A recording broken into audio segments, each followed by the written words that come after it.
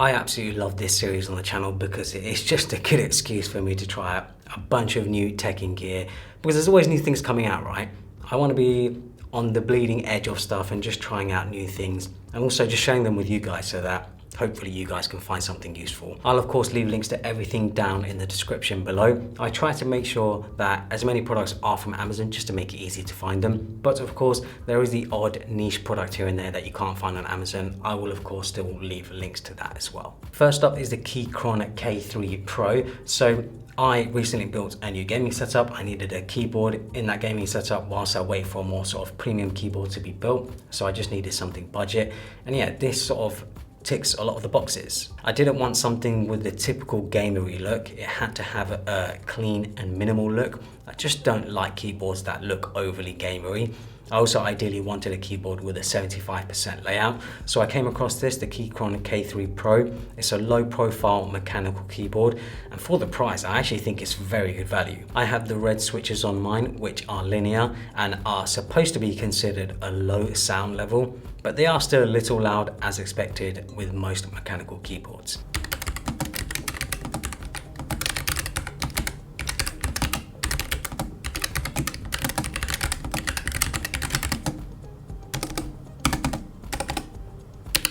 It has a USB-C port for connectivity and charging, so it can be used completely wirelessly. You can also connect up to 3 different Bluetooth devices. There's a switcher on the top to change between Windows and Mac OS.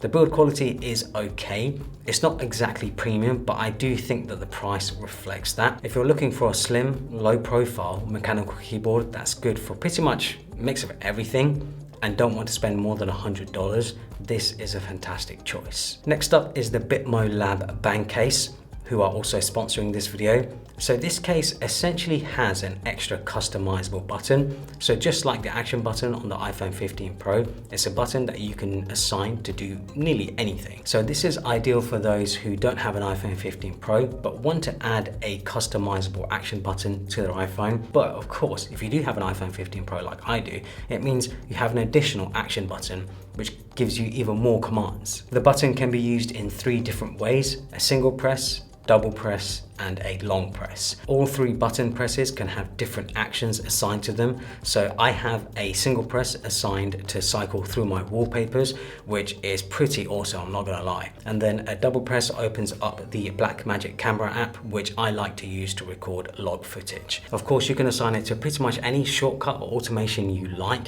so the possibilities are pretty much endless. The case itself has a transparent style aesthetic, which I think looks awesome. And what I noticed, which is a small thing, is how strong the MagSafe magnet is too. The bumper around the case is made from a hard rubber / plastic, which should do a great job of protecting the phone from drops and scrapes.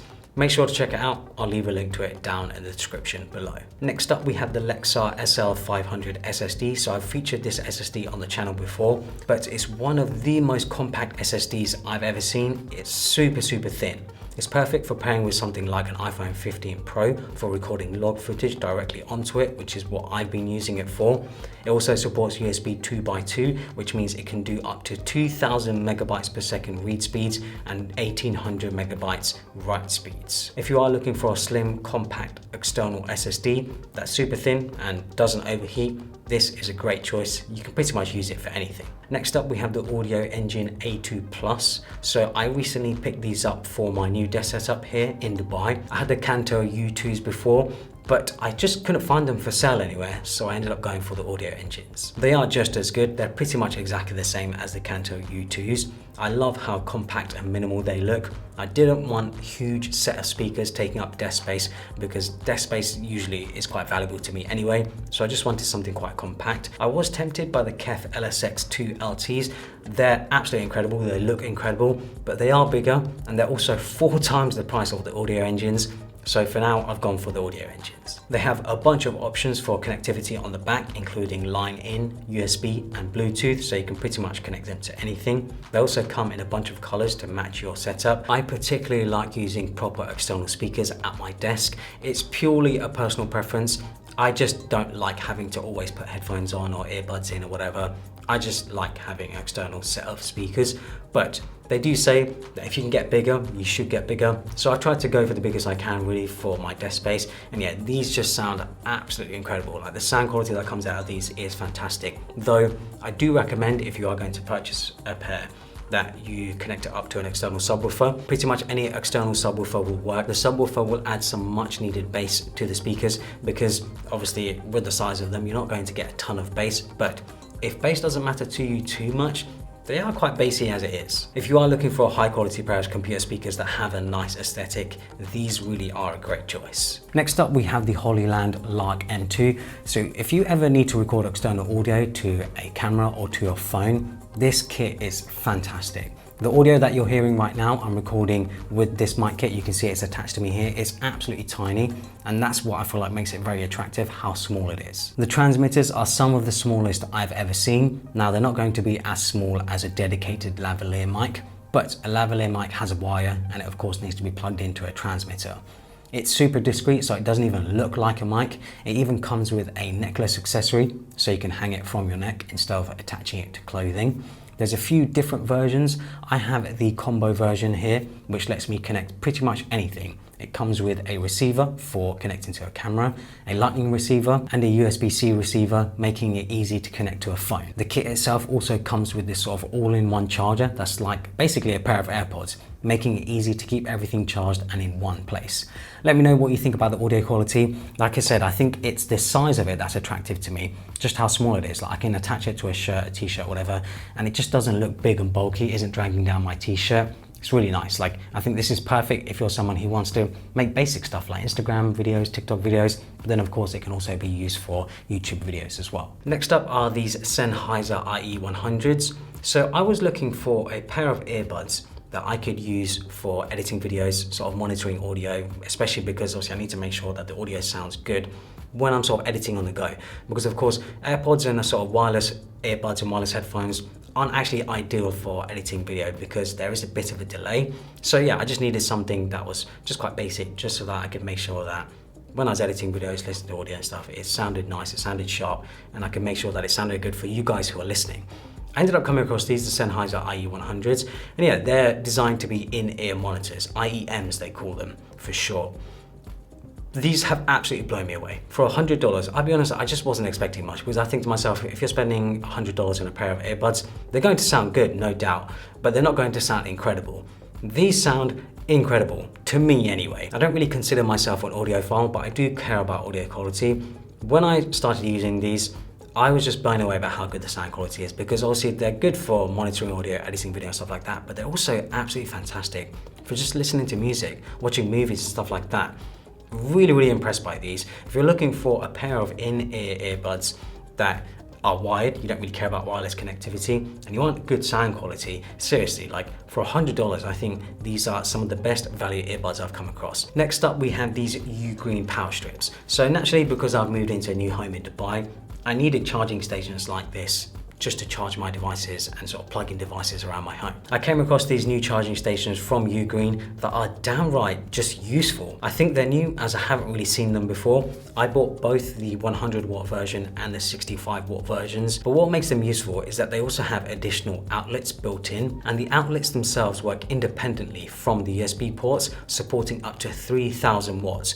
All of this in a very well designed, very well built, compact package. The ability to have 4 USB ports that I can use for charging various devices, and then additional plug sockets to power anything that I need to. It's just so useful. I've been so impressed by these that I'm actually going to be buying a bunch more, maybe one for each room in my house, just because of how useful they are. I also have this Ugreen robot fast charger. It's super cute, I'm not gonna lie, it just looks pretty awesome. It provides up to 65 watts of power, and it has 2 USB-C ports and 1 USB-A port. It's pretty compact too, and has this sort of pixel style charging status display. The display changes based on whatever you have connected and charging. If you're looking for a very compact 65 watt charger to charge various devices, this is pretty awesome. Next up is the Deepcool CH160 PC case. So naturally, since moving to Dubai, I needed to build a PC PC for my gaming setup. For those who don't know, I'm actually an avid player. Like, I play computer games a lot, video games a lot. I'm a big Overwatch player right now. I'm playing Overwatch like a couple hours every day. So I'm playing a lot, like I'm not gonna lie. I think I've racked up like 600-700 hours just playing Overwatch, which is, yeah, it's a lot of time. It's a lot of time spent playing that game, but I really enjoy it. I recently got the new Deepcool CH160, which is a very compact, small form factor case. It's one of the smallest cases that you can get that can fit a full-size GPU inside. And it really is tiny. It's definitely not the smallest. I know there are smaller cases out there like the Formed T1, but it's still much smaller than I expected when I unboxed it. It has a ton of ventilation, which is definitely needed for a small form factor PC. I've gone for an all black stealth build with mine. I have a 7800X3D and a 4080 Super inside it. I'll have a full video on this build coming very soon, so make sure to subscribe for that. But what's most impressive about this case is that it's only $69. That is unbelievable value for an ITX case. Usually small form factor cases are quite expensive because they're not that popular, not many people are buying them, especially when you compare it to something like the Form T1, which is $180. Now, of course, the Form T1 is a much more premium case. It feels like a premium case. The Deepcool CH160 definitely isn't as premium. But if you're looking for a budget ITX case, I would highly recommend this one. It was super easy to build in, and the build that I have in particular is just so quiet. I'm actually very impressed by how quiet it is, even though I have a 7800X3D and a 4080 Super in there. Next up is the Hoto electric screwdriver toolkit. So if you want an aesthetic electric screwdriver set, this is it. The screwdriver itself has some nice heft to it as well. Definitely feels a lot more premium than the price suggests. There's 3 different torque settings so you don't strip your screws. And of course you can screw and unscrew with the button on the electric screwdriver. It charges via USB-C, making it very easy to charge. There's 24 different bits, so it should cover you for nearly everything. It also comes in this clean and minimal box that makes it easy to keep everything together, but can also sit out in the open without looking like a typical toolbox. So that's it for this video. I will of course leave links to everything down in the description below. If there's anything you guys think I should check out, please leave them in the comments below. Hopefully you guys enjoyed it. Follow me on Instagram and Twitter and subscribe for more.